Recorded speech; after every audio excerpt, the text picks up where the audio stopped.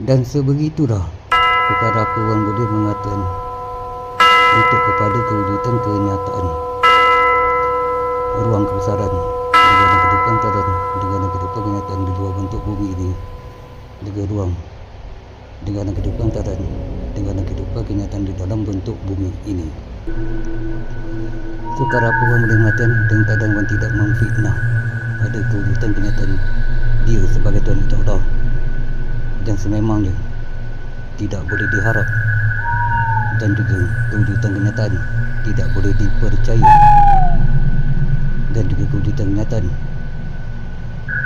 tidak rahasia besar di balik mengapa kita wajib mempelajari Al-Quran.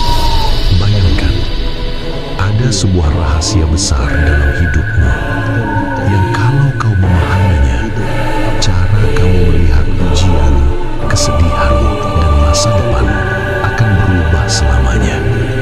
Tapi untuk sampai ke rahasia itu, kau diminta satu hal saja oleh Allah: sabar mendengarkan sampai akhir.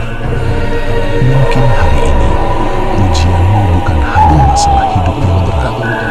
Mungkin ujianmu juga adalah, maukah engkau duduk tenang beberapa menit, meletakkan gadget, menahan jenuh, dan membuka hati untuk mendengar apa yang sebenarnya Allah inginkan melalui Al-Quran.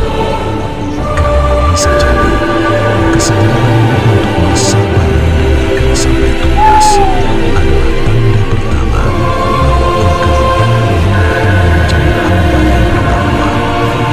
Kalau engkau siap, mari kita pelan-pelan membuka rahasia besar di balik mengapa Allah menurunkan Al-Quran dan mengapa memahaminya adalah ujian kesabaran bagi hamba-hamba yang dicintainya. Bayangkan sebuah malam yang sunyi, lampu temaram. Seorang hamba duduk sendiri, mushaf terbuka di hadapannya. Bibirnya bergerak, ayat demi ayat ia baca. Suaranya pelan dan tartil, terdengar indah. Satu halaman, dua halaman, satu juz selesai. Lalu mushaf itu ditutup, dan hatinya masih terasa biasa saja. Tidak lebih sabar, tidak lebih lembut, tidak lebih dekat kepada Allah. Pernahkah engkau merasakannya? Sering membaca Al-Quran, tapi seolah tidak banyak yang berubah dalam diri. Di titik seperti itulah muncul satu pertanyaan yang sangat jujur dan sering kita hindari. Untuk apa sebenarnya Al-Quran ini diturunkan kepadaku? Apakah hanya untuk dibaca, atau untuk dipahami, dihayati, dan mengubah seluruh hidupku? Inilah rahasia besar itu. Rahasia di balik mengapa kita bukan hanya dianjurkan membaca, tetapi wajib mempelajari Al-Quran. Al-Quran bukan mantra, bukan sekedar bacaan pengantar tidur, bukan hanya suatu untuk di speaker masjid. Al-Quran adalah kalam Allah, surat tugas, pedoman hidup yang diturunkan agar manusia mengerti apa yang Allah kehendaki darinya. bentuk apa? Tak layak. Hanya ingin kita melafalkan Kenyataan tak layak guna bentuk apa? Bagaimana diri itu. Setujulah Menangkan pesan, tak layak untuk berkongsi. Pahala tanah kuburan, tanpa belajar, kuburan tak mati lagi. kita tangkap baru Tak layak untuk berkongsi. belum Pahala sampai pada maksud. tanah kuburan. Selama ini, kebanyakan dari kita berhenti pada makna tekstual, arti kata, arti kalimat, terjemahan di halaman bawah. Padahal, rahasia terdalam Al-Quran baru terbuka ketika kita memahaminya secara kontekstual dan sosio-historis. Artinya, kita bertanya, ayat ini turun di kondisi seperti apa? Masalah apa yang ingin Allah luruskan? Siapa yang pertama kali diajak bicara? Dan apa pesan Allah untuk zaman ini melalui ayat itu? Ketika Allah melarang riba, itu bukan hanya cerita ekonomi orang Quraisy, tapi itu tentang caraku bekerja, caraku berbisnis, caraku berhutang, dan memberi pinjaman hari ini.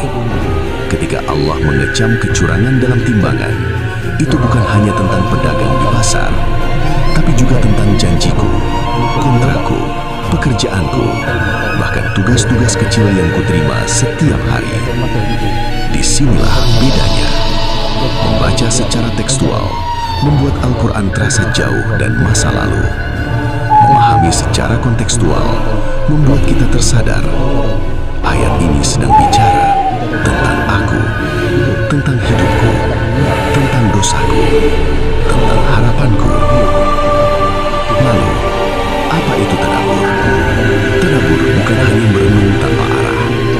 Tadabbur adalah proses menatap berbalik teks, lalu bertanya dengan jujur pada diri sendiri. Jika aku benar-benar beriman pada ayat ini, apa yang harus berubah dalam diriku hari ini? Inilah yang disebut tadabbur transformatif. Kepada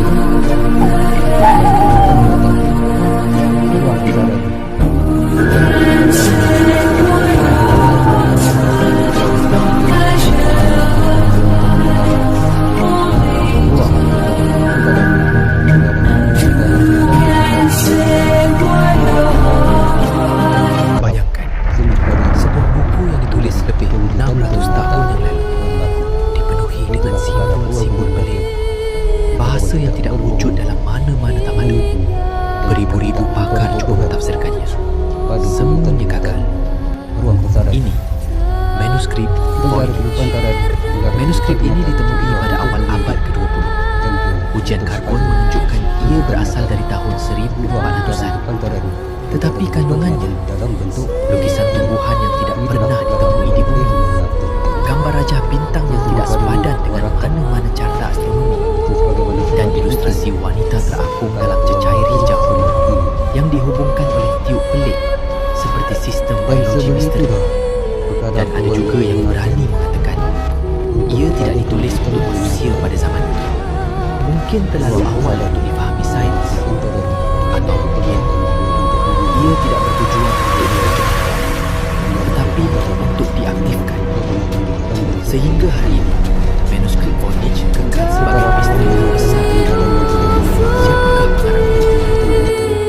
dia sebagai Tuhan Allah dan sememangnya tidak boleh diharap dan berita-berita tidak boleh dipercaya dan berita-berita tidak berguna. Tersebutlah menunjukkan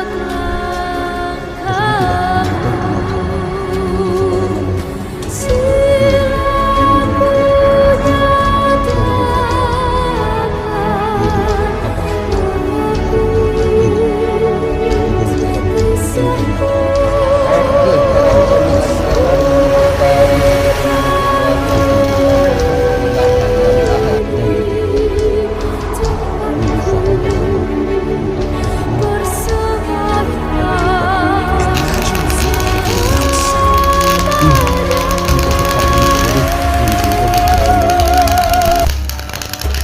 No colors, no life, just silence. Surround sound changes everything, turning every scene into a vibrant, living experience. Begitulah mengatakan zaman menjadikannya zaman keinsahan. Zaman menjadi disatukan pendidikan Power pengetahuan of surround sound. This is 5.1 Test Channel. Subscribe now and become a channel member. rumah dua tingkat jenis batu, jenis semen macam rumah Hafiz.